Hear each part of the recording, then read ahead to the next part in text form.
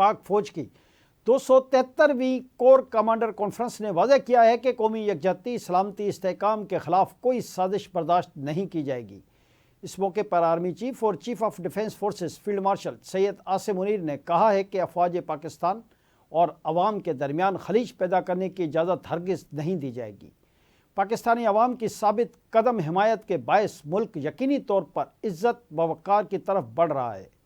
Corps commander forum کے شرکاء نے کہا کہ بھارتی سپانسرڈ دہشت گردوں، ان کے سہولت کاروں اور معاونین کے ساتھ فیصلہ کن اور بغیر کسی رعایت کے نمٹا جائے گا۔ مسلح افواج اور پاکستانی عوام کے درمیان تفرقہ پیدا کرنے کی کسی کو ہرگز اجازت نہیں۔ فورم نے اپنے اندرونی و بیرونی سلامتی کی صورتحال کا جائزہ لیتے ہوئے ملک کو درپیش خطرات اور آپریشنل تیاریوں پر بھی زور دیا۔ فورم کے شرکاء نے کشمیر اور فلسطین کے عوام کے حق خود ارادیت کے عزم کا اعادہ اور غزہ میں بلا تعطل امداد کی فراہمی کا مطالبہ کیا۔ فورم نے حالیہ دہشت گردی کے واقعات میں جانوں کا نذرانہ پیش کرنے والوں کو خراج عقیدت بھی پیش کیا۔